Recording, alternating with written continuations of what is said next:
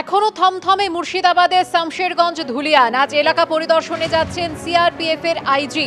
এলাকায় টহল দিচ্ছে আধা সেনা এবং পুলিশ বাহিনী। এখনো পর্যন্ত অশান্তি এবং হিংসা ছড়ানোর অভিযোগে 150 জনকে গ্রেফতার করা হয়েছে। চোখের সামনে ভয়ঙ্কর তাণ্ডব দেখে এখনো আতঙ্কিত স্থানীয় বাসিন্দারা। উপদ্রুত এলাকায় রাস্তার মোড়ে মোড়ে পুলিশ পিকেট রয়েছে, তবে এলাকায় দোকান বাজার বন্ধ, যানবাহন চলাচলও কম। গতকাল থেকে শামশেরগঞ্জে বাড়ি বাড়ি গিয়ে ক্ষয়ক্ষতির অভিযোগ নথিভুক্ত করছে প্রশাসন। বাড়ির অবস্থা কি, বাড়িতে তো আমরা ঘুমাতে পারছি না।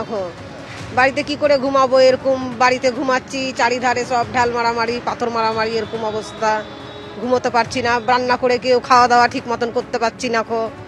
এমন অবস্থা, বাড়ির দুয়ারে বেড়াবার উপায় নাই। কি করবো, সেই জন্য এখন নিজেকে তো সেফটি রাখতে হবে। নিজের সেফটি রাখার জন্য এখন চলে যাচ্ছি। সারা রাত, আজ 3-4 রাত ধরে কেউ আমরা ঘুমোতে পাই না, রান্না করে কেউ খেতে পাচ্ছি না। এসব কাশ্মীর সিরিয়ায় হয়েছিল, যদিও কাশ্মীরে এখন সবাই ফিরছে। রাজ্যের পরিস্থিতি দেশভাগের থেকেও ভয়াবহ। আতঙ্কে যারা মুর্শিদাবাদ থেকে মালদা বা অন্য জেলা বা পড়শি রাজ্যে আশ্রয় নিচ্ছেন, তাদের প্রসঙ্গ টেনে কটাক্ষ করলেন দিলীপ ঘোষ। কাশ্মীরে হয়েছিল, কাশ্মীরের লোকেরাই ভারতবর্ষের মধ্যে উদ্বাস্ত হয়েছে। আমরা সারা দুনিয়া থেকে লড়াই যুদ্ধ হোক যাই হোক, দেশ ছেড়ে অন্য দেশে যায়। আজকে প্যালেস্টাইনে হচ্ছে, সিরিয়াতে হচ্ছে, কাশ্মীরে এক সময় ছিল। আজ কাশ্মীরের লোক কাশ্মীর ছেড়ে কোথাও যাচ্ছে না, ফিরছে। কিন্তু পশ্চিমবাংলার লোক পশ্চিমবাংলার এক জেলা থেকে অন্য জেলায় যাচ্ছে বা পশ্চিমবাংলার বাইরে চলে যাচ্ছে। এটা 21 সালে ইলেকশনের পরেও দেখেছি, বহু লোক বাংলা ছাড়া হয়েছে।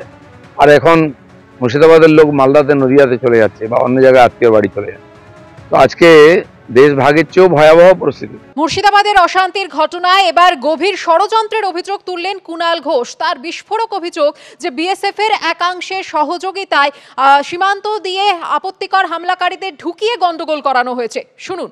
একটা অভিযোগ আসছে যে বিএসএফ এর একাংশের সহযোগিতায় সীমান্ত থেকে কিছু আপত্তিকর হামলাকারীকে ঢুকিয়ে বাংলাকে বদনাম করার জন্য, ইস্যু করার জন্য, প্ররোচনা দেওয়ার জন্য এই গন্ডগোল করানো হয়েছে। যে মুখগুলো গন্ডগোল করেছে তাদের মূল পান্ডাদের এলাকার মানুষ চিনতে পারছে না। একটা গোপন ব্লুপ্রিন্টের মাধ্যমে বিএসএফ এর একাংশকে কাজে লাগিয়ে দুষ্কৃতী হামলাবাজ যারা এই ধরনের কাজ করে তাদেরকে বিএসএফ এর একাংশের সহযোগিতায় ঢুকিয়ে গন্ডগোল করিয়ে আবার সরিয়ে দেওয়া হয়েছে। সেদিন কলকাতার রামলীলা ময়দানে একটা বাসকে দাঁড় করিয়ে যে প্রবল উল্লাসের মধ্যে দিয়ে সেখানকার গৈরিক পতাকা খুলে দেয়া হলো পুলিশের উপস্থিতিতে, সেটা কি কলকাতা পুলিশ নিয়ে এসেছিল? এর আগে পাঁচলা, ডোমজুড়, ওনাদের যেটা স্বর্গরাজ্য, ডায়মন্ড মডেল, সেখানে রামতলা যে গন্ডগোল হয়েছে সেটা বিএসএফ করিয়ে দিয়েছিল। দেশের নিরাপত্তা রক্ষীদের সম্পর্কে যে বক্তব্য রাখছে তৃণমূল কংগ্রেস, এর থেকে দুর্ভাগ্যজনক পরিস্থিতি আর হতে পারে না।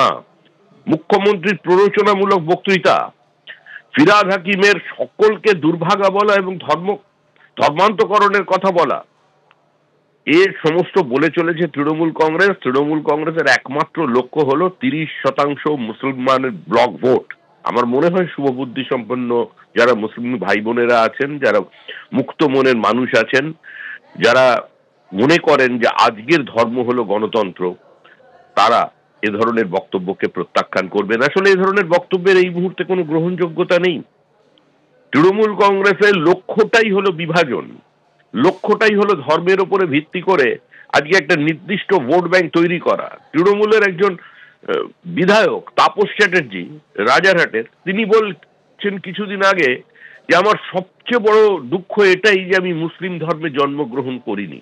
আমার মনে হয় ফিরহাদ হাকিমের অন্তত তাকে, ওই চ্যাটার্জি ব্রাহ্মণকে একবার যদি ধর্মান্তকরণ করিয়ে দিতে পারেন, ইসলামের দীক্ষা দিতে পারেন, তাহলে সারা বাংলাকে যে একটা ইসলামিক রিপাবলিকের চক্রান্ত চলেছে, আন্তর্জাতিক চক্রান্ত, সেটা আরো তাড়াতাড়ি অনেক তাদের আশাপ্রদ ফল পেয়ে যেতে পারেন। তারা শুরু করে দিন, সবাই মুসলমান হয়ে যান, তাহলে আর দেশে কোনো সমস্যা থাকবে না।